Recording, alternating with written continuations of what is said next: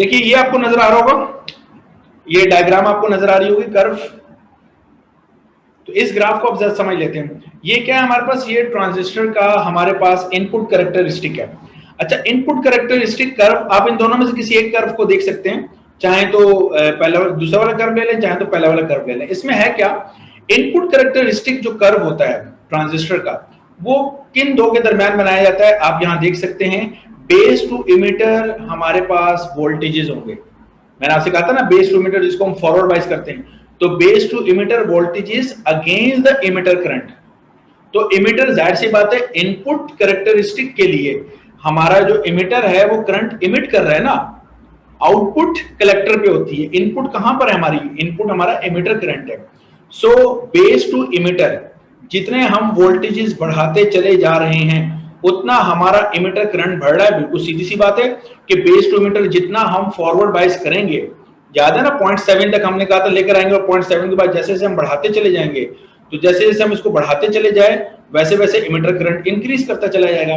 अब ये दो उसने कर्व बता के इधर इसने की दी है जिसमें इससे बात समझाई है बड़ी इंपॉर्टेंट, और वो इसने क्या बात समझाई है, उसने CB2 का मतलब ये है कि ये वो वोल्टेजेस हैं जो कि कलेक्टर टू बेस है, ठीक है, या बेस कलेक्टर आप समझ लीजिए कि वोल्टेजेस हैं। तो बेस और कलेक्टर हम लोगों ने रिवर्स बाइस रखा था, याद है आपको, बेस इमिटर फॉरवर्ड बाइस और बेस कलेक्टर रिवर्स बाइस।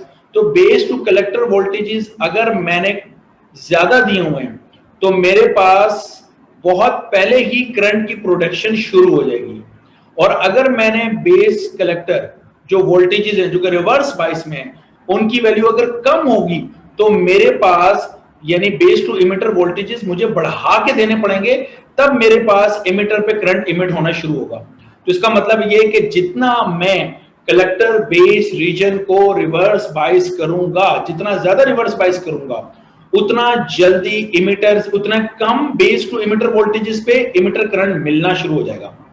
जितना कलेक्टर टू बेस हमारे पास जंक्शन को रिवर्स वोल्टेजेस हम ज्यादा देंगे, उतना बेस टू इमिटर कम वैल्यू ऑफ द वोल्टेजेस पर इमिटर करंट स्टार्ट होना शुरू हो जाएगा। ये एक बात है। सो हम जो कर्व बनाते हैं बिटवीन बेस इमिटर वोल्टेजेस और इमिटर करंट के against, this is called input characteristic curve. तो मेरा ख्याल है ये बात भी समझ में आ गई होगी, इसमें कोई इश्यू तो नहीं है।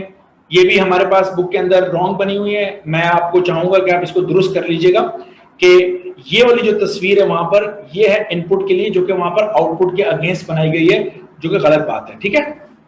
तो मिस प्रिंट हो जाएगा, डायरेक्टली प्रोपोर्शन हो गया ना। तो मेरा ख्याल है यहां तक आपको बात समझ में आ गई होगी कि आज हमने डिस्कस किया था ट्रांजिस्टर के इनपुट कैरेक्टरिस्टिक को और आउटपुट कैरेक्टरिस्टिक को।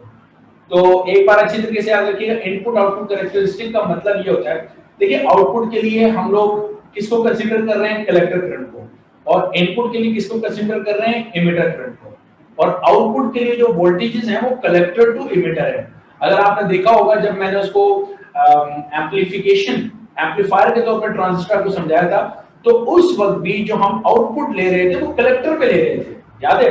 तो जब वो कलेक्टर पे आउटपुट ले रहे हैं तो इसलिए हम कलेक्टर टू इमिटर वोल्टेजेस, इस वोल्टेजेस के अगेंस्ट कलेक्टर पे करंट कितना आ रहा है, this is called output characteristic. और बेस इमिटर जंक्शन के वोल्टेजेस किसके अगेंस्ट, इमिटर करंट के against, this is called input characteristic. हमारे कोर्स में बस इतने लिखा हुआ है मैंने, लेकिन कुछ चीजें ज्यादा डिस्कस कर ली हैं। आई होप सो कि आपकी समझ में आ गया होगा। Now if you have any question you can ask, and if you have any suggestion you can give me right now. Sir input वाला रिपीट कर देंगे, मैं अभी जो आपने बोला, मैं आपसे ये कह रहा था कि इनपुट, हमारी इनपुट हम किसके अगेंस्ट देते हैं। इनपुट का मतलब ये है कि जो करंट प्रोड्यूस होगा, तो जो करंट प्रोड्यूस हो रहा है वो कौन सा करंट है, वो हमारे पास इमिटर करंट है। और वो जो इमिटर करंट प्रोड्यूस हो रहा है वो किस बात पे प्रोड्यूस हो रहा है कि बेस इमिटर जंक्शन को फॉरवर्ड बाइस करना है। तो ये जो वोल्टेजेस यहाँ पे हम ले रहे हैं वो बेस टू इमिटर ले रहे हैं। तो उसके बाद क्या होगा कि जैसे जैसे हम वोल्टेजेस बढ़ाते जाएंगे करंट की वैल्यू बढ़ती चली जाएगी, बस ये सीधी सी बात है। तो क्या ये हमेशा ऐसी होता है, ये इस कर्व के ऊपर कोई चीज कांस्टेंट है? तो इस चीज के ऊपर जो चीज, इस कर्व के ऊपर जो चीज कांस्टेंट है उसे हमने बोला है वोल्टेजेस बेस कलेक्टर पे। तो this is the value of the voltage base collector. तो अगर बेस कलेक्टर की वैल्यू ज्यादा हो तो ये इस तरह होगा, अगर बेस टू कलेक्टर वोल्टेजेस कम होंगे तो ये कर्व इस तरीके से हो जाएगा। तो ये दो कर्व, वो कर्व जिसमें करंट हमें जल्दी मिलना शुरू हो गया उसमें बेस टू कलेक्टर वोल्टेजेस की वैल्यू ज्यादा है, इसको उसने कह दिया था, मेरा ख्याल है जो मैंने आपको दिखाया उसमें 2 का है और इसको बेस टू कलेक्टर वोल्टेजेस को 1 का है। तो ये वोल्टेजेस ज्यादा है और ये वोल्टेजेस कम है। सो बेस इमिटर वोल्टेजेस को इमिटर करंट के अगेंस्ट ड्रॉ करना, this is called input characteristic curve. ठीक है,